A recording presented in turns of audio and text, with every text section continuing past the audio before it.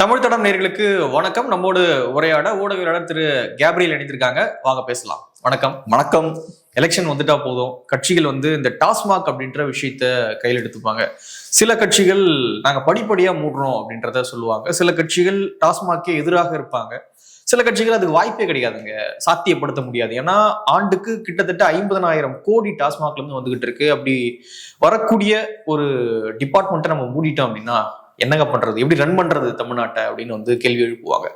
So இப்போ ரீசெண்டா கனிமொழி அவர்கள் ஒரு ப்ரெஸ்ல சொல்லும்பொழுது நாங்க கொஞ்சமா குறைச்சிட்டு தாங்க வந்துகிட்டு இருக்கோம் அப்படின்றத அவங்க சொல்லியிருக்காங்க. டாஸ்மாக்னுடைய எண்ணிக்கையை செல்லூர் ராஜா அவர்கள் ஒரு படி மேல போயிட்டு நாங்க வந்தோம் அப்படின்னா டாஸ்மாக் மூடிடுறாங்க அப்படின்னு லேடிஸ் கிட்ட பேசியிருக்காரு. பெண்கள் மத்தியில பேசும்பொழுது சொல்லியிருக்காரு. ஸோ நாம் தமிழர் கட்சி முற்றும் முழுவதுமாக டாஸ்மாக் எதிராக இருக்காங்க. கல்ல நாங்க கொண்டு வந்துருவோம் ஆட்சிக்கு அப்படின்றாங்க. டிவிகேவுக்கு என்ன நிலைப்பாடு அப்படின்றது நமக்கு தெரியல. ஸோ எப்படி பாக்குறீங்க இந்த டாஸ்மாக் அப்படின்ற அந்த மேட்டர் இருக்கு இல்லையா? ஸோ பூரண மதுவிலக்கு அப்படின்ற ஒரு விஷயம் சாத்தியப்படுத்த முடியுமா தமிழ்நாட்டில், அல்லது படிப்படியாக குறைக்கிறதா கரெக்டான ஒரு விஷயமா, எப்படி பாக்குறீங்க? இப்ப மாரல் ஸ்டாண்ட் என்ன அப்படின்றத நம்ம கடைசியில பேசுவோம். ஒரு அரசு என்ன பண்ண முடியும்? ஏன்னா இதுல நிறைய பிரச்சனைகள் இருக்கு. ஒண்ணு, சில பேர் மதுபானங்களை விற்கவே கூடாது, பூர்ண மது ஒழிப்பு வேணும் அப்படின்ற மாதிரி சொல்றாங்க. இன்னொரு விஷயம் என்னன்னா, மதுபானங்களை நீங்க விற்கிறது ஒண்ணு, ஆனா நீங்க சீப்பான மதுபானங்களை விற்கிறீங்க, ரொம்ப அதிகமான விலைக்கு விற்கிறீங்க, மக்களை சுரண்டி நிறைய பணம் சம்பாதிக்கிறீங்க. ஸோ அது ஒரு சிக்கல். ஸோ இந்த மாதிரி நிறைய சிக்கல்கள் பார்த்தோம்னா இந்த டாஸ்மாக் சுத்தி இருக்கு. அரசு டாஸ்மார்க்கை நம்பி இருக்கு. அரசுக்கு பெரிய அளவுக்கு ரெவென்யூ டாஸ்மாக்ல இருந்து வருது. பாதி அதான், பாதின்னு சொல்ல முடியாது, நிறைய வருது. ஸோ அதனால இந்த மாதிரியான நிறைய சிக்கல்கள் இருக்கு. ஸோ இதுல எது கரெக்ட், எக்ஸாக்டா எதை மாற்ற முடியும், எது சாத்தியம், அதை நம்ம கடைசியில பேசுவோம். ஆனா முதல்ல நம்ம இப்ப எலெக்ஷன் சீசன் வந்தாச்சு. எலெக்ஷன் சீசன் வரும்போது நிறைய வாக்குறுதிகளை கொடுக்கறது. இப்ப அரசியல்வாதிகள் இந்த இஷ்யூவும் டச் பண்ண ஆரம்பிக்கிறாங்க. நீங்க சொன்னது போல செல்லூர் ராஜு அவர்கள் பேசியிருக்காரு, இந்த மாதிரி பூர்ண மது ஒழிப்பு அப்படின்ற விஷயத்த அவர் பேசுறாரு. ஸோ இன்னொரு சைட்ல திமுக காரங்களை பொறுத்தளவுல நாங்க படிப்படியா குறைச்சிட்டு தாங்க வரோம். ஸோ நாங்களும் பூர்ண மது ஒழிப்பை நோக்கி போய்கிட்டு தான் இருக்கோம் அப்படின்றத அவங்களோட மெசேஜ். கொஞ்சம் கொஞ்சமா குறைச்சு நாங்க அந்த இடத்துக்கு போய் சேர்ந்துருவோம் அப்படின்ற மாதிரி சொல்றாங்க.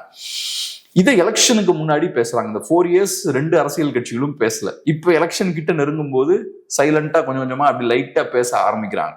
இது காட்டக்கூடிய விஷயம் என்னன்னா, மக்கள் மத்தியில பெரிய ஒரு கொந்தளிப்பு இருக்கு. ஊடகங்கள்ல பேசுறது கிடையாது, விவாத நிகழ்ச்சிகள்ல இதை வாதிக்கிறது கிடையாது. பட் இருந்தாலும் மக்கள் மத்தியில இது பெரிய ஒரு இஷ்யூவா இருக்கு. பெரிய கோபம் இருக்கு. பெரிய கோபம் இருக்கிறதாலதான் இந்த அரசியல்வாதிகள் எலெக்ஷன் கிட்ட வரும்போது வேற வழி இல்லாம பேசுறாங்க. ஏன்னா மக்கள் மத்தியில ஏதோ ஒரு பிரச்சனை இருக்கு, அதை டச் பண்ணணுன்ற ஒரு கட்டாயமும் உங்களுக்கு இருக்கு, அதனால பேசுறாங்க. ஆனா நம்ம புரிஞ்சுக்க வேண்டிய விஷயம் என்னன்னா, இந்த பிரச்சனைக்கு தீர்வு காணணும் அப்படின்ற எண்ணம் இங்க இருக்கக்கூடிய எந்த கட்சிக்கும் கிடையாது. நான் சொல்றது அதிகாரத்தில் இருக்கக்கூடிய 2 கட்சிகள் இருக்காங்கல்ல, இவங்க 2 பேருக்குமே கிடையாது. திமுக கூட்டணிக்கும் சரி, அதிமுக கூட்டணிக்கும் சரி, இந்த பிரச்சனைக்கு ஒரு தீர்வு காணணும் அப்படின்ற எண்ணம் துளியும் இவங்களுக்கு கிடையாது. நம்ம இப்படி கூட அதை பார்க்கலாமான்னு கேட்கறேன். என்ன அப்படின்னா, 2 பேர் தான் ஆட்சியில உட்கார்ந்துருக்காங்க. ஸோ அந்த கவர்னன்ஸ் எப்படி ரன் ஆகுது, எங்க இருந்து ரெவென்யூ வருது, எங்க ரெவென்யூ கட் ஆகுது அப்படின்ற விஷயங்கள் அவங்க பார்த்துருக்காங்க. ஸோ அந்த அனுபவத்தின் அடிப்படையில இது சாத்தியம் இல்லைன்ற இடத்துக்கு அவங்க வந்துட்டாங்களா? மற்றவங்க எல்லாம் ஆட்சிக்கு வரல இல்லையா? உங்களுக்கு டேட்டாலாம் இருக்கு, சாத்தியம் இல்லைன்னு தெரியும்னா சாத்தியம் இல்லைன்னு சொல்லணும். அப்ப நான் எலெக்ஷன்ல பூர்ண மதுவில கொண்டு வந்துருவேன், படிப்படியா நான் கம்மி பண்ணிடுவேன், இப்படிலாம் போய் சொல்லிட்டு இருக்க கூடாது. முடியல, நாங்க அதை தான் சார்ந்திருக்கோம், எங்களுக்கு மதுபானங்களை வித்துதான் கவர்மெண்ட் ரன் பண்ண முடியும் அப்படின்னா அதை சொல்லிட்டு போங்க. அதை ஏன் மக்களை ஏமாத்திட்டு இருக்கீங்க? எலெக்ஷன் வரும்போது ஏன் பொய் பொருட்டெல்லாம் பேசிட்டு இருக்கீங்க? எலெக்ஷன் வரும்போது சகட்டு மேனிக்கு கண்டதெல்லாம் பேச வேண்டியது. செய்ய முடியுமா முடியாதா இதை பத்தினா எனக்கு கவலையே கிடையாது. எதையாவது நான் சொல்லிட்டு இருப்பேன். இப்போ ஒரு சின்ன ஒரு டேட்டா ஒன்று சொல்ற பாருங்க.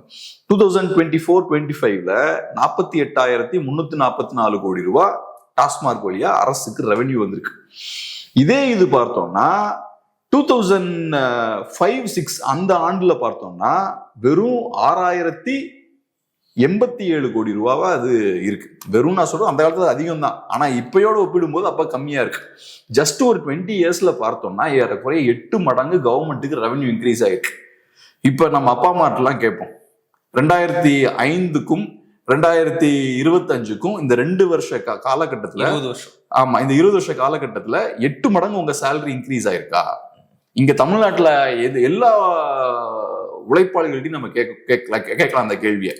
8 மடங்கு உங்க சேலரி இன்க்ரீஸ் ஆயிருக்கா? பிசினஸ்காரங்க சில பேருக்கு இன்க்ரீஸ் ஆயிருக்கலாம், பிசினஸோட கேரக்டரே வேற.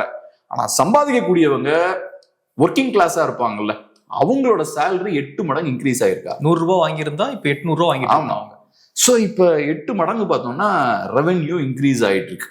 இது ஆபத்து. இது காட்டக்கூடிய விஷயம் என்னன்னா, இவங்க டாஸ்மார்க்க ஒரு ரெவென்யூ மேக்கிங் சோர்ஸா பாக்குறாங்க, பணம் சம்பாதிக்கக்கூடிய ஒரு வாய்ப்பா இவங்க பாக்குறாங்க.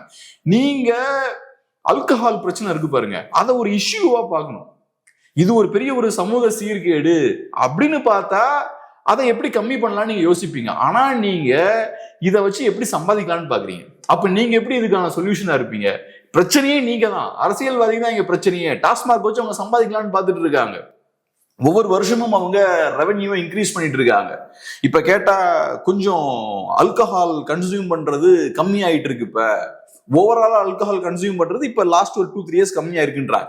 ரெவென்யூ இன்க்ரீஸ் ஆயிருக்கு, ஆனா குவான்டிட்டி கம்மியா இருக்கு அப்படின்ற மாதிரி சொல்றாங்க. அது ஒரு வகையில உண்மையா இருக்க வாய்ப்பு இருக்கு. ஏன்னா வேர்ல்டு ஃபுல்லா பார்த்தோம்னா இப்ப ஆல்கஹாலோட கன்சம்ஷன் பார்த்தோம்னா அட்வான்ஸ் கண்ட்ரீஸ்லயும் கம்மியாகுது.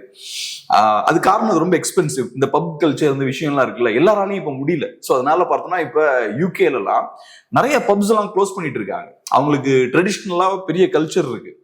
பட் இருந்தாலும் இந்த ட்ரெடிஷ்னல் பப்ஸால இப்ப சர்வே பண்ண முடியல, அவங்கள சர்வை பண்ண முடியல. அவங்களோட அந்த யூசேஜ் பார்த்தோம்னா கம்மியாகிக்கிட்டே இருக்கு. இங்கேயும் அது கம்மியாகுது அப்படின்ற மாதிரி சொல்றாங்க. அது எக்ஸாக்டா எதனால கம்மியாகுதுன்னு தெரியல, பட் நிறைய காரணங்கள் இருக்கிறதுக்கு வாய்ப்பு இருக்கு. ஒண்ணு ரொம்ப எக்ஸ்பென்சிவ் நான் சொன்ன மாதிரி, ரெண்டாவது இப்போ கொஞ்சம் இந்த ஃபிட்னஸ் இந்த மாதிரியான விஷயங்கள்ல யங்ஸ்டர்ஸ்க்கு ஆர்வம் இருக்கு, ஜிம்முக்கு எல்லாம் போயிட்டு 6 பேக்லாம் வேணும்ன்றாங்க. ஸோ ஆல்கஹால் கரெக்டா ஃபிட் ஆகாது, அந்த மாதிரியான ஒரு லைஃப் ஸ்டைலுக்குள்ள ஆல்கஹால் ஃபிட் ஆகாது. மூணாவது நான் எப்படி பாக்குறேன்னா, ஆல்கஹாலுக்கு ஆல்டர்னேட்டிவா இப்போ ட்ரக்ஸும் இருக்கு. ஒரு 20 இயர்ஸ்க்கு முன்னாடி ஆல்கஹால் மட்டும்தான், ட்ரக்ஸ் எல்லாம் ரொம்ப கம்மி. இன்னைக்கு ட்ரக்ஸும் நிறைய இருக்கு, ட்ரக்ஸோட புழக்கமும் அதிகமா இருக்கு. அப்படி இருக்கும்போது ஆல்கஹால்ல இருந்து கிடைக்கக்கூடிய போதையை விட எனக்கு ட்ரக்ஸ்ல அதிகமா கிடைக்கும். நிறைய நேரங்கள்ல சீப்பான சப்ஸ்டியூட்டும் இருக்கு. இப்ப கஞ்சாலாம் எடுத்துக்கிட்டோம்னா ஆல்கஹாலை விட அது சீப். அது ஸோ எதுக்கு அங்க போய் இவ்வளவு பணத்தை நம்ம செலவழிக்கணும், அதுக்கு பேசாம இந்த சைடு போயிடலாமேன்னு போறதுக்கான வாய்ப்பும் இருக்கு. ஸோ இந்த மாதிரியான சிக்கல்களும் இருக்கு. பட் ஒரு விஷயம் ரொம்ப கிளியரா இருக்கு, கவர்மெண்ட்டுக்கு மதுபானங்களால வரக்கூடிய ரெவென்யூ பார்த்தோம்னா இன்க்ரீஸ் ஆகிக்கிட்டே இருக்கு. இதுல ஒரு விஷயம் என்னன்னா, அதிமுக பீரியட்ல திமுகவை விட கொஞ்சம் டாஸ்மாக் கடைகளை நிறைய மூடி இருக்காங்க, கட்டுப்படுத்தினாங்க, ஓரளவு கட்டுப்படுத்திருக்காங்க. அவுட்லெட்ஸை கம்மி பண்ணிருக்காங்க. ஓவரால் சேல்ஸ் இன்க்ரீஸ் தான் ஆயிட்டு இருந்திருக்கு 2 பேரோட டைம்லயும். பட் அந்த அவுட்லெட்ஸோட எண்ணிக்கையை குறைச்சிருக்காங்க. குறிப்பா ஜெயலலிதா அம்மையார் அவர்கள் 2016ல அவங்க ஒரு 500 கடைகளை மூடுறாங்க, படிப்படியா குறைப்போம்னு சொன்னாங்க. ஆமா, அதுக்கப்புறம் இபிஎஸ் அவர்கள் அவர் பீரியட்ல ஒரு 500 மூடி இருக்காங்க. திமுக ஆட்சி காலத்திலயும் மூடி இருக்காங்க, அந்த அளவுக்கு மூடல. ஸோ ரிலேட்டிவா பார்த்தோம்னா அதிமுக திமுகன்னு கம்பேர் பண்ணோம்னா அதிமுக பீரியட்ல அதிகமான கடைகளை மூடி இருக்காங்க.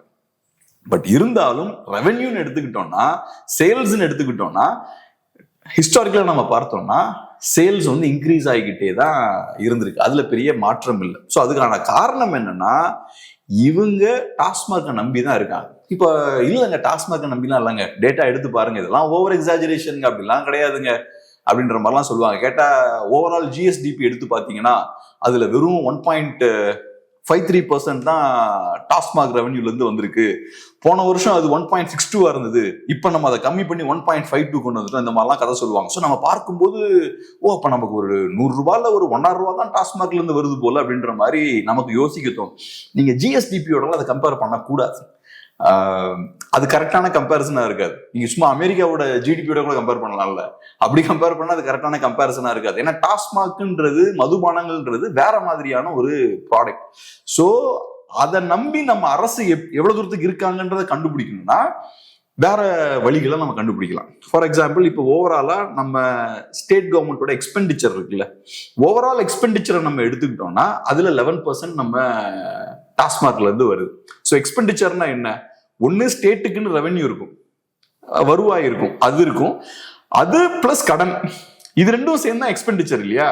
இப்ப கேப்ரியலோட ஓவரால் எக்ஸ்பெண்டிச்சர் என்னவா இருக்கும்? 100 ரூபாய் எனக்கு சம்பளம், அது போக 20 ரூபாய் நான் கடன் வாங்குறேன்னு வச்சுப்போம், அப்ப 120 ரூபாய் தான் என்னோட எக்ஸ்பெண்டிச்சர் இல்ல. ஸோ அதே மாதிரி அரசுக்கு ஒரு எக்ஸ்பெண்டிச்சர்னு ஒண்ணு இருக்கு வருஷம் வருஷம். அதுல பார்த்தோம்னா அந்த செலவினங்கள்ல வச்சு கணக்கு பண்ணி பார்க்கும்போது அந்த ஓவரால் அமௌண்ட்ல 11% டாஸ்மாக்ல இருந்து வருது. இது கரெக்டான கால்குலேஷன். ஆனா இது ஓரளவுக்கு இப்படி பார்க்கலாம். ஆனா இதை விட இன்னும் பெட்டரான ஒரு கால்குலேஷன் என்னவா இருக்கும்னா, நம்ம ஓவரால் எக்ஸ்பெண்டிச்சர்னு பாக்குறத விட அரசோட வருவாயில இருந்து பார்த்தா இன்னும் கரெக்டா இருக்கும்ல. ஏன்னா அதுதான் என்னோட இன்கம். நான் கடனையும் உள்ள சேர்க்கக்கூடாது இல்ல, என்னோட இன்கம்னு பார்த்தா என்ன வருது. ஸோ நீங்க வெறுமனே இன்கம்னு எடுத்து பாத்தீங்கன்னா ஓவராலா நம்ம ஸ்டேட்டோட இன்கம்ல டாஸ்மார்க் வழியா வரக்கூடிய இன்கம் எவ்வளவு அப்படின்னு பாத்தீங்கன்னா 16%. 16. ஆமா 16%. சோ நீங்க ஜிஎஸ்டிபின்னு பாத்தீங்கன்னா 1.5% வருது. எக்ஸ்பெண்டிச்சர்ல டாஸ்மார்க்கோட ஷேர் என்னன்னு பாத்தீங்கன்னா 11% வருது. இதே ஸ்டேட் கவர்மெண்டோட ரெவென்யூல டாஸ்மார்க்கோட ஷேர் எவ்வளவுன்னு பாத்தீங்கன்னா 16 மாறுது. இதை விட இன்னும் நல்ல ஒரு மெத்தட் இருக்கு. ஸ்டேட் கவர்மெண்டோட ரெவென்யூன்னு எடுத்துக்கிட்டாலும் அதுலயும் பாத்தீங்கன்னா ஸ்டேட் கவர்மெண்ட்டுக்குன்னு சில ரெவென்யூ சோர்ஸ் இருக்கும். ஸோ அதை ஸ்டேட்ஸ் ஓன் டாக்ஸ் ரெவென்யூ அப்படின்ற மாதிரி சொல்லுவாங்க, எஸ்ஓடிஆர் அப்படின்ற மாதிரி சொல்லுவாங்க. ஸோ நம்ம ஸ்டேட் கவர்மெண்ட்டே சில மெத்தட்ஸ் வழியா அவங்க ரெவென்யூவை ஜென்ரேட் பண்ணுவாங்க. அது போக ஜிஎஸ்டி அந்த விஷயங்கள்லாம் இருக்கு. அது சென்ட்ரல் கிட்ட இருந்து நமக்கு வரக்கூடியதா இருக்கலாம். பட் நம்ம ஸ்டேட் கவர்மெண்ட் ஜென்ரேட் பண்ணக்கூடிய ரெவென்யூ சோர்ஸ் மட்டும் எடுத்துக்கிட்டோம்னா அதுல 38% டாஸ்மாக்ல இருந்து வருது. ஸோ நான் சொன்ன மாதிரி எஸ்ஓடிஆர்ல 38% டாஸ்மார்க்ல இருக்கு. ஸோ ஸ்டேட் கவர்மெண்ட் எடுத்துக்கிட்டீங்கன்னா அவங்க ஏறக்குறைய 38% பார்த்தோம்னா அவங்களோட ரெவென்யூ அதை நம்பிதான் இருக்கு. இவங்க கிட்ட கேட்டா இந்த மாதிரி டேட்டாவை மட்டும் குழப்புவாங்க. 1.5%. அப்புறம் ஓவரால் எக்ஸ்பெண்டிச்சர்ல பாத்தீங்கன்னா 11% தாங்க, அதெல்லாம் ஒண்ணும் இல்லம்பாங்க. அது போக ரெவென்யூல பாத்தீங்கன்னா ஒரு 16% வருது. ஆனா அதை தாண்டி ஸ்டேட் கவர்மெண்ட்டுக்குன்னு சில வருவாய்கள் இருக்குல்ல, அதை மட்டும் நீங்க எடுத்து பாத்தீங்கன்னா ஜிஎஸ்டி எல்லாம் ஓரமா வச்சுட்டு இதை மட்டும் நீங்க எடுத்து பாத்தீங்கன்னா 38%, 38.7% பார்த்தோம்னா டாஸ்மாக்ல இருந்து வருது. ஸோ நம்ம இவ்வளவு தூரத்துக்கு டாஸ்மார்க்கை சார்ந்து இருக்கும். இந்த ரெவென்யூ கம்மி பண்ணிட்டா என்ன ஆகும், மைனஸ் பண்ணிட்டா என்ன ஆகும், இவங்களால நடத்த முடியாது. இதுல சகட்டு மேனிக்கு இந்த ரெண்டு கட்சிகளும் வாய்க்கு வந்த மாதிரி இந்த இலவசத்தை தருவோம், அந்த இலவசத்தை தருவோம், இதை ஃப்ரீயா கொடுத்துருவோம், அதை நாங்க கொடுத்துருவோம், இந்த இது ஸ்கீம் அந்த ஸ்கீம்னு எதையாவது வாய்க்கு வந்து அடிச்சு விடுறது. இதுக்கெல்லாம் காசு எங்க இருந்து வரும்? ஸோ இதுதான் நம்ம ஸ்டேட் கவர்மெண்டோட கண்டிஷன்.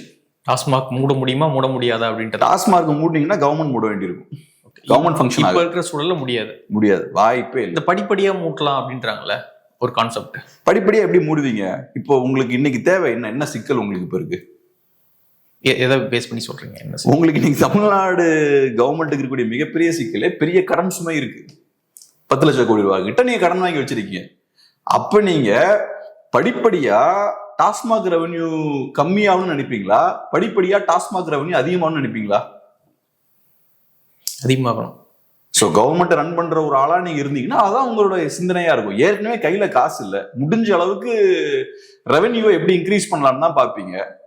இப்ப பாத்தீங்கன்னா கவர்மெண்ட்டுக்கு பாத்தீங்கன்னா ஸ்டேட் கவர்மெண்ட் ரெவென்யூ சோர்ஸ்னு பார்த்தோம்னா VAT on liquor, VAT on fuel, stamps and registrations, அப்புறம் அதர் டாக்ஸஸ், அப்புறம் ஸ்டேட் எக்ஸைஸ், அதுவும் லிக்கர் சார்ந்து இருக்கு. ஸோ இதெல்லாம் தான் உங்களோட மெயினான ரெவென்யூ சோர்ஸ். அதுல முக்கியமான ரெவென்யூ சோர்ஸ் வந்து வேட் ஆன் லிக்கர், மதுபானங்கள் வழியா தான் உங்களுக்கு முக்கியமா வருது. அதை நீங்க கம்மி பண்ணீங்கன்னா அப்போ உங்க கடன் இன்க்ரீஸ் தானே ஆகும். ஏற்கனவே கடன் சுமை அதிகமாயிட்டு இருக்கு. இது ஒரு சிக்கல். ரெண்டாவது, நீங்க இன்னொரு வழியில கடன் சுமையை குறைக்கலாம். இலவசங்கள் இந்த விஷயங்கள்லாம் கம்மி பண்ணிட்டு கொஞ்சம் ரெஸ்பான்சிபிளா கவர்மெண்ட் ரன் பண்ணீங்கன்னா கடன் சுமை கம்மியாகும். அதையும் நீங்க பண்ற திட்டத்துல இல்ல, அதையும் இன்க்ரீஸ் தான் பண்றீங்க. உரிமை தொகைன்னு கொண்டு வரீங்க, அதை இன்னும் எக்ஸ்டெண்ட் பண்ணுவோன்றீங்க. அதிமுக வந்தா அதை விட நாங்க இன்னும் நிறைய மாசம் பணம் தரோம்னு சொல்றீங்க. பொங்கலுக்கு அதிகமா தரீங்க, ஒவ்வொரு வருஷமும் இன்க்ரீஸ் பண்ணிட்டே போறீங்க. இலவச பஸ் விடுறாங்க, பெண்களுக்கு இல்ல ஆண்களுக்கும். ஆமா, அவங்க ஒண்ணுன்னா நாங்க 2 கொடுப்போம், இப்படி சொல்லிட்டே போறீங்க. அப்ப உங்க எக்ஸ்பெண்டிச்சரையும் குறைக்கிறதுக்கு நீங்க ரெடியா இல்ல, கடனும் இன்க்ரீஸ் ஆகிக்கிட்டு இருக்கு. அந்த எக்ஸ்பெண்டிச்சரும் வந்து ப்ராப்பரா இன்ஃப்ராஸ்ட்ரக்சர், ஆமா, உள்கட்டமைப்புக்கு போய் சேருது அப்படிங்கிற ஒரு கேள்வி இருக்குல்ல. நீங்க உங்க கையில இருக்க பணத்தை கரெக்டா செலவழிச்சீங்கன்னா சந்தோஷம், யாரும் கேட்க போறது இல்ல. நீங்க கடனையும் வாங்கிக்கோங்க, தாராளமா 10 லட்சம் கோடி ரூபாய் கடன் வாங்கிட்டு இன்ஃப்ரால இன்வெஸ்ட் பண்ணுங்க. கடன் வாங்கி இன்ஃப்ராஸ்ட்ரக்சர்ல இன்வெஸ்ட் பண்ணி வளர்ச்சியில நீங்க இன்வெஸ்ட் பண்ணீங்கன்னா இன்னைக்கு வாங்கின கடன் நாளைக்கு லாபத்தை ஈட்டும். இன்னைக்கு பெரிய பெரிய நிறுவனங்கள்லாம் கடன் வாங்குறாங்க. ஏன் கடன் வாங்குறாங்க? கடன் வாங்கி தொழில போட்டோம்னா நாளைக்கு நமக்கு லாபம் வரும், அதனால கடன் வாங்குறாங்க. நீங்க அப்படி பண்ணீங்கன்னா எனக்கு பிரச்சனையே கிடையாது. நீங்க படையப்பா படத்துல ரஜினி எப்படி ஃப்ரீயா தூக்கி கொடுப்பாருல பண்ணையாரு, அந்த மாதிரி கொடுத்துட்டு இருக்கீங்க எல்லாத்துக்கும். யார் பணத்தை வாங்க? உங்க பணத்தை இங்க பண்ணலாம், படையப்பா பண்ணலாம், அது அவர் பணம், அது அந்த கேரக்டரோட பணம். இது எங்க பணத்தை வாங்கி நீங்க பாட்டுக்கு மக்கள் பணத்தை வாங்கி இந்த கட்சிகள் எல்லாம் பார்த்தோம்னா நாங்க ஏதோ பண்றோன்ற மாதிரி டிஸ்ட்ரிபியூட் பண்ணிட்டு இருக்கீங்க பணத்தை, அது கிரெடிட்டை நீங்க எடுத்துக்கிறீங்க. அங்கதான் சிக்கல் வருது. ஸோ அதனால அரசுக்கு இன்னைக்கு கையில பணம் இல்ல, கடன் சுமை அதிகமாயிட்டு இருக்கு, செலவுகள் அதிகமாயிட்டு இருக்கு. அப்படி இருக்கும்போது இவங்களோட எண்ணம் டாஸ்மாக் வழியா நம்ம எப்படி இன்னும் அதிகமான பணத்தை ஈட்டலாம், எப்படி சம்பாதிக்கலாமான்றதா அவங்களோட எண்ணமா இருக்கும். அதை கம்மி பண்ணலாம் அப்படின்றத அவங்க யோசிக்கவே மாட்டாங்க. சோ மதுபானங்கள் அதிகமா விற்பனை ஆகும் போது, அதிக விலைக்கு விற்பனை ஆகும் போது மக்களுக்கு அதனால பாதிப்பு இருக்கு. ஒரு சைட்ல தமிழர்கள் ஒவ்வொரு நாளும் இறந்துட்டு இருக்காங்க, உயிரை விட்டுட்டு இருக்காங்க, அவங்களோட ஹெல்த் கண்டிஷன் மோசமாயிட்டு இருக்கு, ஹெல்த் ரிலேட்டட் ப்ராப்ளம்ஸ் வந்துட்டு இருக்கு, லிவர் பிரச்சனை, அந்த பிரச்சனை, இந்த பிரச்சனை, ஹாஸ்பிட்டல்ல போய் காசு செலவழிச்சுட்டு இருக்கும். இன்னொரு சைட்ல இவங்க அதை கம்மி பண்றதுக்கான எந்த ஒரு நோக்கமும் இல்லாம இவங்க பாட்டுக்கு சகட்டு மேனிக்கு செயல்பட்டு இருக்காங்க. இங்க பிரச்சனை எங்க இருந்து வருதுன்னா, எலெக்ஷனை ஜெயிக்கணுன்றதுக்காக இவங்க கூத்தடிச்சிட்டு இருக்காங்க. எலெக்ஷன்ல ஜெயிக்கணும்னா இலவசங்களை அள்ளி வீசணும், சகட்டு மேனிக்கு பணத்தை நம்ம செலவு பண்ணணும். இன்னைக்கு பாருங்க இபிஎஸ் இன்னைக்கு நம்ம நியூஸ் பாக்குறோம், சில விஷயங்களை வாக்குறுதிகளை அவர் கொடுத்திருக்காரு. அது எல்லாமே இலவசங்கள் சார்ந்த விஷயங்கள் தான். திமுக சைட்லயும் அதே மாதிரிதான். அவங்களோட வெற்றிகள்னு சொல்றது எல்லாமே பாத்தீங்கன்னா இலவசம் சார்ந்த விஷயங்களா தான் இருக்கும். அப்ப பணம் எங்க இருந்து வரும்? உங்க கையில இருக்கக்கூடிய ஒரே ஆப்ஷன் இது ஒண்ணுதான், எலெக்ஷன்ல ஜெயிக்கிறதுக்காக இலவசங்களை நான் அள்ளி வீசுவேன். அப்ப பணம் எங்க இருக்கும்? கவர்மெண்ட் கிட்ட. இது கவர்மெண்டோட வேலை கிடையாது. நீங்க பண்ணிட்டு இருக்க வேலை எதுவும் கவர்மெண்டோட வேலை கிடையாது. ஆனா நீங்க இதை எடுத்து போட்டு பண்ணிட்டு இருக்கீங்க. ஃப்ரீயா மாசம் 2000 ரூபாய் கொடுக்குறது, ஃப்ரீயா அதை விடுற இதை விடுறது, இதெல்லாம் கவர்மெண்டோட வேலை கிடையாது. பட் இருந்தாலும் அதை தான் நீங்க பண்றீங்க. அப்ப கவர்மெண்ட் செய்ய தேவையில்லாத வேலைகள்லாம் செய்யும் போது எக்ஸ்ட்ரா பர்டன் வந்து சேருது. அப்ப நீங்க என்ன பண்ணுவீங்க? இந்த மாதிரியான சோர்ஸ்ல இருந்து காசு எடுக்க ஆரம்பிக்கிறீங்க. இப்ப பாருங்க, தமிழ்நாடு செழிப்பான ஒரு ஸ்டேட், நல்லா டாக்ஸ் பே பண்றோம், நிறைய டாக்ஸ் நம்ம பே பண்றோம், கம்மியெல்லாம் பே பண்றோம், நிறைய டாக்ஸ் பே பண்றோம். அது இவங்களுக்கு பத்தல. என்ன பண்றாங்க? கடன் நிறைய வாங்குறாங்க. அதுவும் இவங்களுக்கு பத்தல. எக்ஸ்ட்ரா என்ன பண்றாங்க? டாஸ்மார்க் வழியா என் உடம்ப நான் கெடுத்து என் லைஃபை நான் ஸ்பாயில் பண்ணி உங்களுக்கு நான் காசையும் கொடுக்கணும். இதுவும் உங்களுக்கு பத்த மாட்டேங்குது. இவ்வளவு தூரத்துக்கு கடன் வாங்கியாச்சு, டாஸ்மார்க் வழியா பணம் சம்பாதிச்சாச்சு, அது போக நிறைய டாக்ஸ் பண்ணியாச்சு, இதுக்கப்புறமும் உங்களுக்கு காசு பத்த மாட்டேங்குது.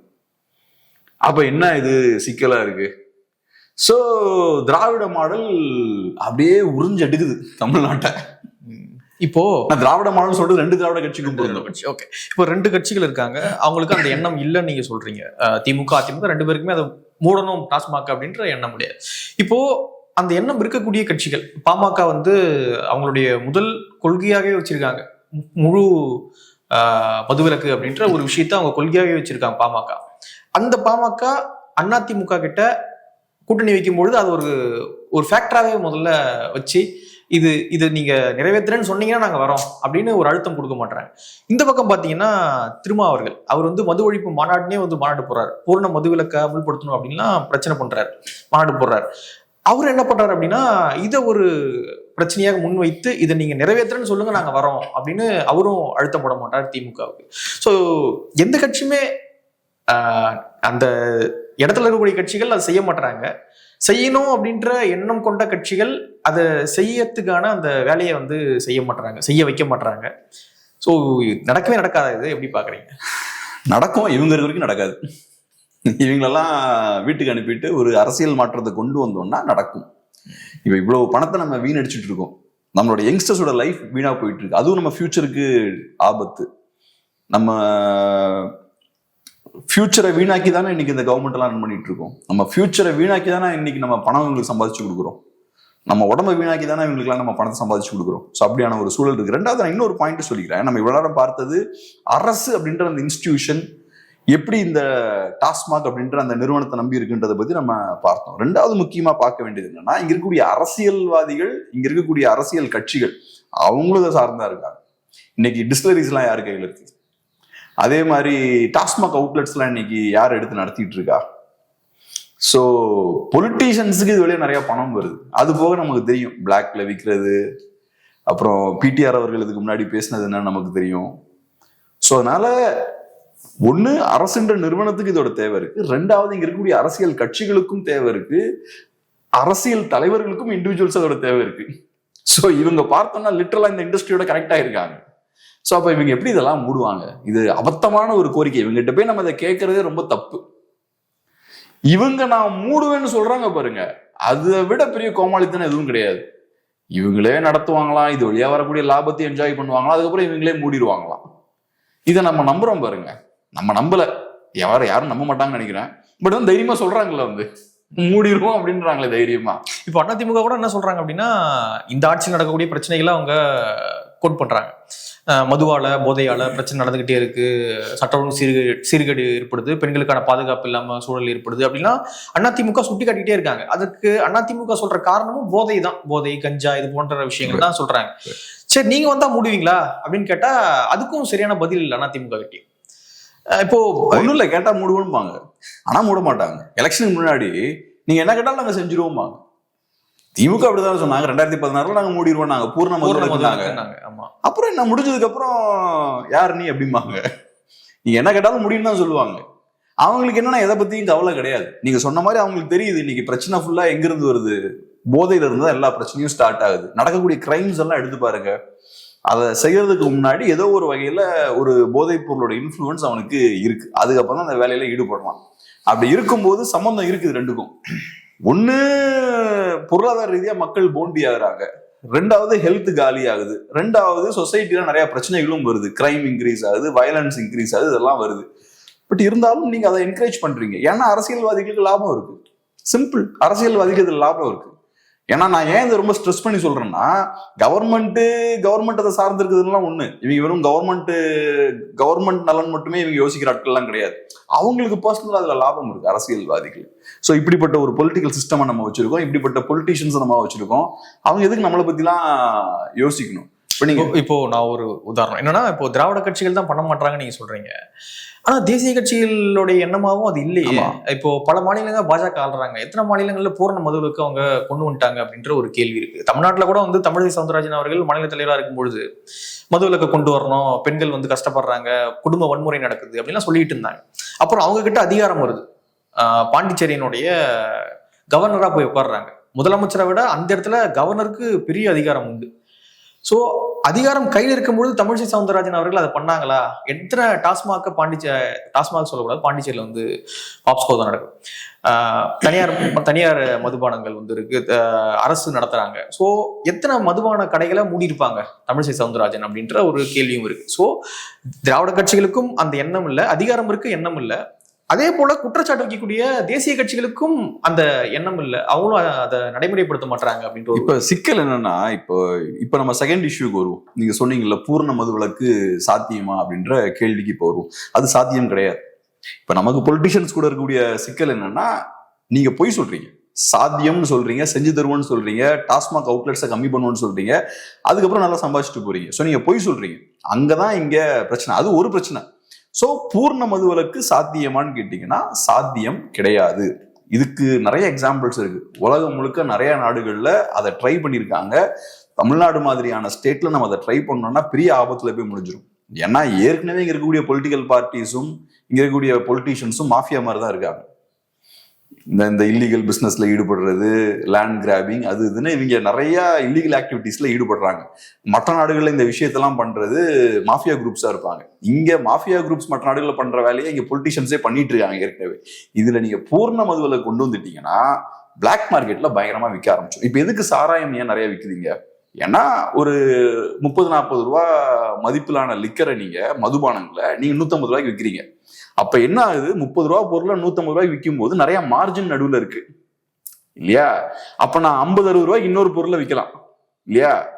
சோ அப்ப என்ன பண்றாங்க, 30 ரூபா மதுபானத்தை நீங்க 150 ரூபாய்க்கு விற்கும் போது 15 ரூபா சாராயத்தை நான் 50 ரூபாய்க்கு வித்தரலாம்ல கேப்ல. சோ அப்ப 150 ரூபாய்க்கு வாங்குறவன் 50 ரூபாய்க்கு நான் இதையே வாங்கிக்கலாம்னு யோசிப்பான். அது அப்ப சாராயம் விற்கிறவனுக்கு ஏகப்பட்ட பணத்தை கொடுக்கும், அது பெரிய பவரை கொடுக்கும் அவனுக்கு. ஸோ அவனால என்ன பண்ண முடியும், மார்ஜின் பயங்கரமா இருக்கு. ஒரு 15 ரூபா பொருள் அவன் 40 ரூபாய் விற்கிறான்னு வச்சுக்கோங்க, அவன் கையில பெரிய மார்ஜின் இருக்கு. சாதாரண பொருட்களுக்கு இவ்வளவு மார்ஜின்லாம் கிடைக்காது. ஸோ லாபம் பெருசா இருக்கும்போது அவன் என்ன பண்ணுவான், பொலிட்டிஷியன்ஸை விலைக்கு வாங்குவான்,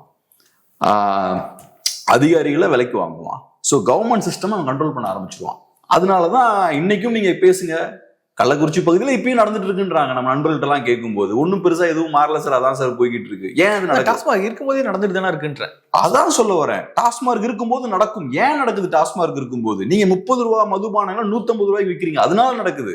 150 ரூபாய்க்கு வாங்க முடியாது யாராலையும். இப்ப ஒண்ணும் இல்லைங்க, இப்ப ஜிலட் பிளேட் எடுத்துக்கிட்டீங்கன்னா, ஜிலட் அந்த பிளேட் இருக்குல்ல, ரேசர் பிளேட் இருக்குல்ல, மார்க்கெட்டை கம்ப்ளீட்டா ஒரு பாயிண்ட் இருக்கு டாமினேட் பண்றாங்க. டாமினேட் பண்ணும்போது என்ன ஆகுது, அவங்களோட போட்டி எல்லாத்தையும் காலி பண்றாங்க. ஆனா போக போக ரேட்டை பயங்கரமா இன்க்ரீஸ் பண்ணிட்டே போறாங்க. ஸோ ஜில்லட் எதை ஃபோக்கஸ் பண்றாங்கன்னா இந்த ரொம்ப ப்ரீமியம் ப்ராடக்ட்டா அவங்க பயங்கரமா ஃபோக்கஸ் பண்றாங்க. ஸோ நீங்க ரேட்டை இன்க்ரீஸ் ஆகிக்கிட்டே போகும்போது, உங்க மார்ஜின் இன்க்ரீஸ் ஆகிட்டே போகும்போது, கொஞ்சம் சீப்பான ஒரு பிளேடை ரிலீஸ் பண்ணா மார்க்கெட்டை பிடிச்சிடலாம்னு புது மார்க்கெட் ஒன்று கிரியேட் ஆகுதுல்ல. நீங்க மேல போயிட்டே இருக்க முடியாது, நடுவில் இப்ப சீப்பான இன்னொரு ப்ராடக்ட்டை ரிலீஸ் பண்ணா அதுக்குன்னு ஒரு ஸ்பேஸ் கிரியேட் ஆகுது. இப்ப நீங்க வந்து இந்த ஏரியால 50 ரூபாய்க்கு டிவி விற்கிறீங்கன்னு வச்சுக்கோங்க, அப்ப 20 ரூபாய்க்கு டிவி விற்கிறதுக்கான ஒரு ஸ்பேஸ் கிரியேட் ஆகுது. அந்த மிடில் லெவல்ல ஒரு ஸ்பேஸ் கிரியேட் ஆகுது, புது மார்க்கெட் கிரியேட் ஆகுது. ஸோ ஜில்லட்டுக்கு போட்டியா இப்ப பார்த்தோம்னா $1 ரேசர் பிளேட்ஸ்லாம் இப்ப புது பிராண்ட்லாம் வந்து பார்த்தோம்னா ஜில்லட்டோட மார்க்கெட்டை ஃபுல்லா அடிச்சு காலி பண்ணிட்டு இருக்காங்க இப்ப. ஸோ நீங்க ஒரு பாயிண்ட் வரைக்கும் போய்கிட்டே இருக்கணும், ரொம்ப டாப்ல போகும்போது நடுவில் ஒரு ஸ்பேஸ் கிரியேட் ஆயிரும். இங்கேயும் தான் நீங்க டாஸ்மார்க்ல மதுபானங்களோட ரேட்டை இன்க்ரீஸ் பண்ணிட்டே போறீங்க, அப்படி இன்க்ரீஸ் பண்ணிக்கிட்டே போகும்போது நடுவில் இன்னொரு ஸ்பேஸ் கிரியேட் ஆயிரும். ஸோ இப்ப புதுசா இந்த ஆட்கள் உள்ள வராங்க, உள்ள வந்து இங்க இருக்கக்கூடிய அரசு நிர்வாகத்தை ஃபுல்லா பேரலைஸ் பண்றாங்க. அதான் சொல்றேன், எப்பவுமே ஊழல் வழியா நிறைய பணம் வருதுன்னு வச்சுக்கோங்களேன், அது வெறுமனே அரசியல்வாதி பேக்கெட்ல மட்டும் போகாது, சிஸ்டம் ஃபுல்லா கரெக்ட் பண்ணிடுவாங்க அவங்க. அதிகாரிகள் சம்மந்தப்பட்ட எல்லாருக்கும் பணத்தை கொடுத்தாச்சுன்னா சிஸ்டம் பேரலைஸ் ஆயிரும், சிஸ்டம் ஒர்க் ஆகாது. அப்ப காமன் பீப்புள் எங்க போவாங்க? காமன் பீப்புளுக்கு ப்ரொடெக்ஷனே கிடையாது, சிஸ்டம் பேரலைஸ் ஆயிடும். ஸோ அதுதான் இங்க சிக்கல். நீங்க சகட்டு மேனிக்கு அதிகமான விலைக்கு விற்கும் போது உள்ள கள்ளச்சாராயம் வர ஆரம்பிக்கும். ரெண்டாவது, மக்களை பொருளாதார ரீதியா நீங்க ஆண்டி ஆகுறீங்க.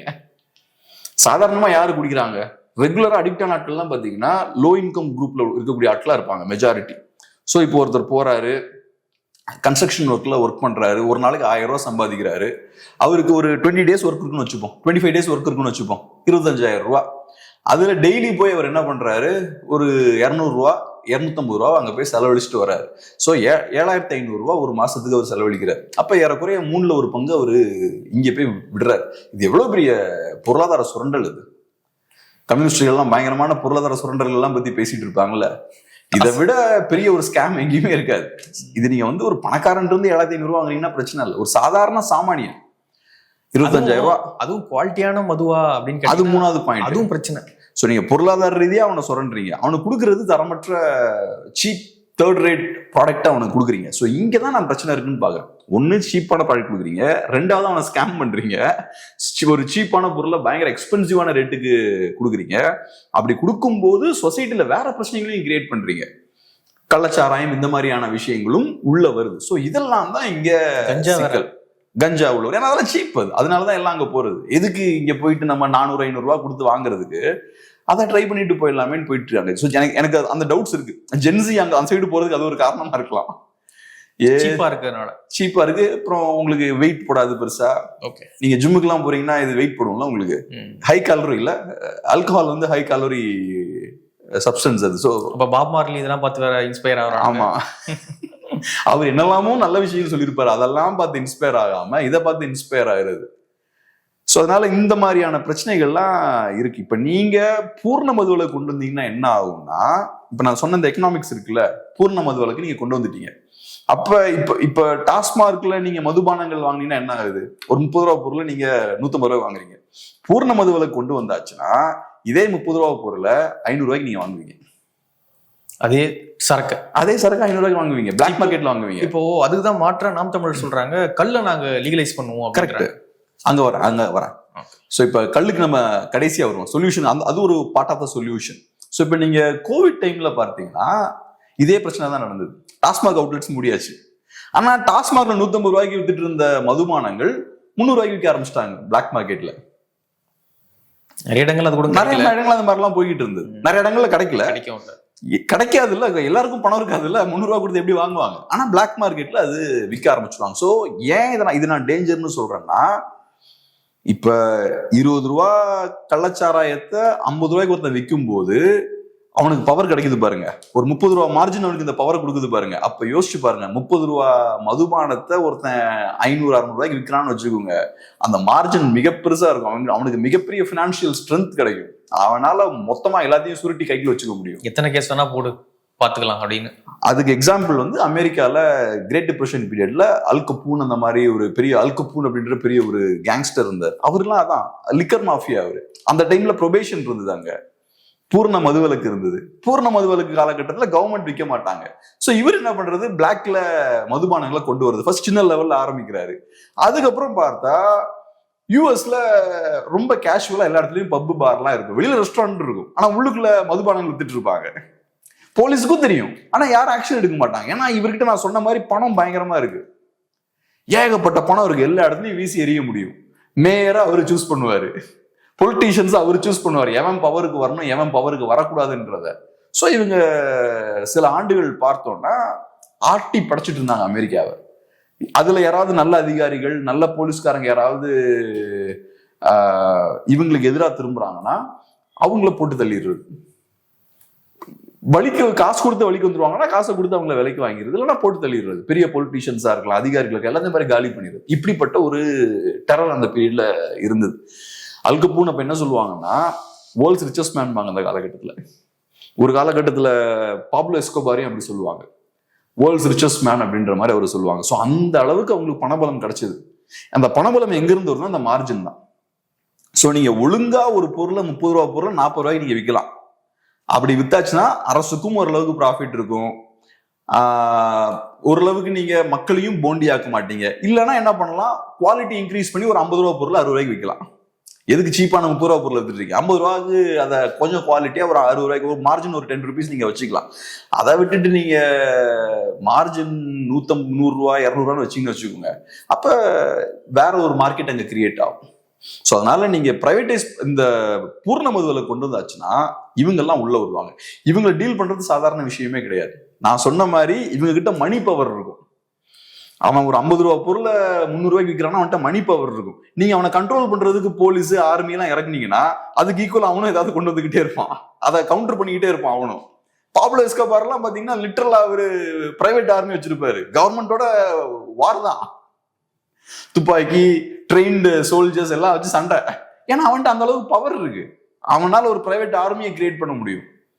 த நைட் மேனேஜர்னு ஒரு சீரீஸ் இருக்கு, இப்ப செகண்ட் சீசன் ரிலீஸ் பண்ணிருக்காங்கன்னு நினைக்கிறேன். நான் செகண்ட் சீசன் பார்க்கல, ஃபர்ஸ்ட் சீசன் ரொம்ப நல்லா இருக்கும். ஃபர்ஸ்ட் சீசனும் 2-3 சீசன் ஏற்கனவே இருக்குன்னு நினைக்கிறேன்.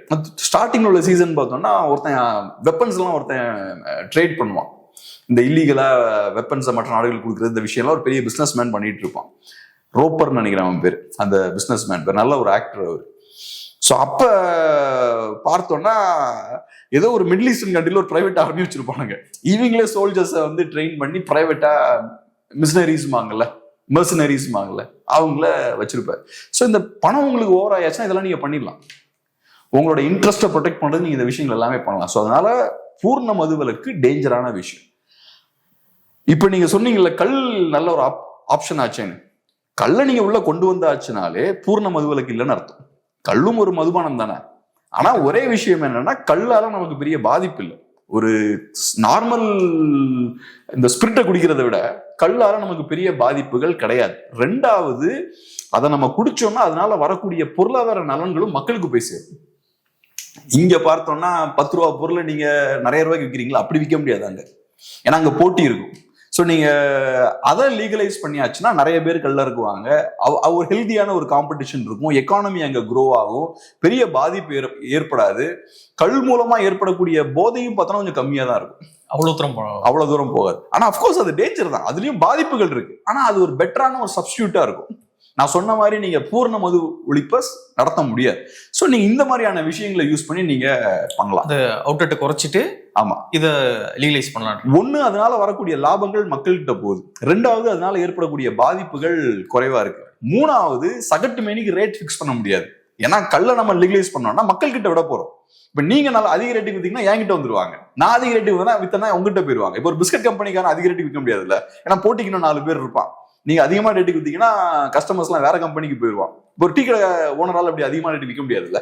ஏன் விற்க முடியாது, அவரு 20 ரூபீஸ்க்கு ஒரு டீ விற்கிறாருன்னா கரெக்ட் ரேட்டுக்கு யாரு இருக்கிறோம் அங்க போயிருவாங்க. ஸோ இங்கேயும் அதே மாதிரி தான்.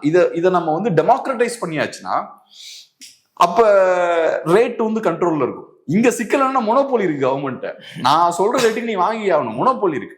அப்படி மொனோபோலி இல்லைன்னா கரெக்டா மார்க்கெட் ஃபங்க்ஷன் ஆக ஆரம்பிக்கும், மக்கள் வந்து நல்லா ஹெல்தியா, லெஸ் டேஞ்சரஸ் சொல்லலாம், ஹெல்தின்னு சொல்ல வேணாம், லெஸ் டேஞ்சரஸான ஒரு ஆப்ஷனை அங்க சூஸ் பண்ணலாம்.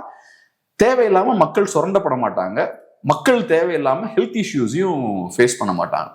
முக்கியமா அந்த பணம் வந்து மக்கள்கிட்டே திரும்பி போகும். ஸோ அது ரொம்ப ஒரு நல்ல ஆப்ஷனா இருக்கும். ஆனா அதை இவங்க விடவே மாட்டாங்க. காந்தி சொல்ற மாதிரி இந்த கிராம பொருளாதாரம் மேம்பட வாய்ப்பு இருக்கு. கிராம பொருளாதாரம் மேம்பட வாய்ப்பு இருக்கு, நகர பொருளாதாரமும் மேம்பட வாய்ப்பு இருக்கு. நகரத்துல நீங்க குடிப்பீங்கல்ல, இல்ல அங்கிருந்தா அது உற்பத்தி ஆகுன்ற தென்னை மரம், பனை மரம், ஸோ அங்கிருந்து உற்பத்தி ஆகும். ஸோ எல்லா பொருளாதாரமும் அதனால மேம்படும். குடிக்காம இருக்கிறது நல்லது. கல்லா இருந்தாலும் சரி, ஸ்பிரிட்டா இருந்தாலும் சரி, குடிக்காம இருக்கிறது நல்லது. அப்படி குடிச்சே தீரணும்னா இது ஒரு பெட்டரான ஆப்ஷனா இருக்கும். ஆனா இன்னைக்கு அது இல்லீகல். ஸோ அதை இன்னைக்கு நம்ம சொசைட்டில பண்ண முடியாது. பட் இது வந்து ஒரு பெட்டரான ஒரு ஆப்ஷன். இப்ப என்டிகே முன்வைக்கிறாங்கல்ல, அவங்க பாயிண்ட் ஆஃப் வியூல இது ஒரு ஐடியாவை முன்வைக்கிறாங்க. இது பெட்டரான ஆப்ஷன். இது முக்கியமா பொலிட்டிக்கலா சூப்பரான மாஸ்டர் ஸ்ட்ரோக்னு சொல்லுவேன். பொலிட்டிக்கலா பிரில்லியண்டான ஒரு ஐடியா. ஏன் இதை பொலிட்டிக்கலா பிரில்லியண்டான ஒரு ஐடியா நான் சொல்றேன்னா, நம்ம ஏற்கனவே பார்த்தது போல திராவிட கட்சிகள் இதை நம்பிதான் இருக்காங்க. சோ இது ஒரு மொனோபோலியா வச்சிருக்காங்க. இந்த ஏரியாக்குள்ள வேற யாரும் வந்துடக்கூடாது அப்படின்றதுல ரொம்ப கவனமா இருக்காங்க. இப்ப நீங்க மதுபானங்களை பிரைவேடைஸ் பண்ணுங்க அப்படின்னு சொன்னா அது தப்பா போயிடும். என்ன மதுபானங்களை போய் பிரைவேடைஸ் பண்ண சொல்றாங்க, அப்ப எல்லாரும் குடிச்சிட்டு இருப்பாங்க. ஆனா கல்ல இறக்கணும்னு சொன்னா அது கவுண்டரே பண்ண முடியாது. அது இயற்கையான ஒரு விஷயம். ஆனா நீங்க ஒண்ணு இவங்க அரசு தரப்புல அதை கவுண்டர் பண்ண முடியாது. ரெண்டாவது நீங்க இறக்கியாச்சுன்னா இவங்க மார்க்கெட்டை காலி பண்ணிடுவாங்க.